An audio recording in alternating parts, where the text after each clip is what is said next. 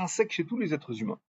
Comment tu peux dire que un tel, il y aurait une force qui aurait produit cet être humain, ce système d'être humain ou cet ensemble d'être humain, et un autre qui aurait produit l'autre? Pas possible. Tu vois qu'il y a des dénominateurs communs qui sont trop trop clairs.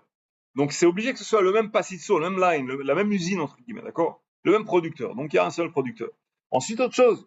Tu vois que quand une personne du présent ou un animal, il est mort, il est sur terre, enterré ou pas, il devient de la terre.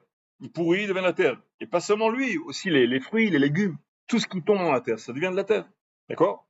C'est un système. Après, cette terre-là, elle va faire pousser des fruits, des légumes qui vont nourrir cette même personne qui devient de la terre quand elle meurt. Donc tu vois que c'est un cycle. C'est un cycle. C'est-à-dire, il y a une espèce de cohérence, une synchronisation entre la terre et l'homme et les animaux et les fruits, tout ce qui est consommé par lui. D'accord?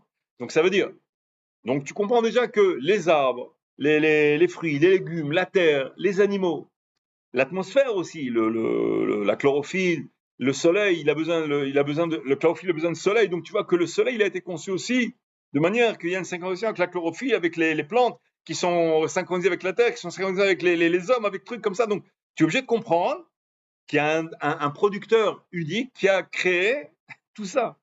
Vous voyez le genre de raisonnement comme ça, il arrive petit à petit au CQFD qu'il y a El Echad, que c'est absurde de dire qu'il y en a deux, parce qu'il y aurait un déraillement quelque part.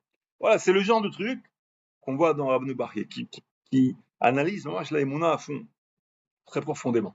Mais c'est quand même dangereux, parce que tu parles avec des, je sais pas, des gens, je ne veux pas généraliser, mais des gens qui sont superficiels, disons, qui sont habitués à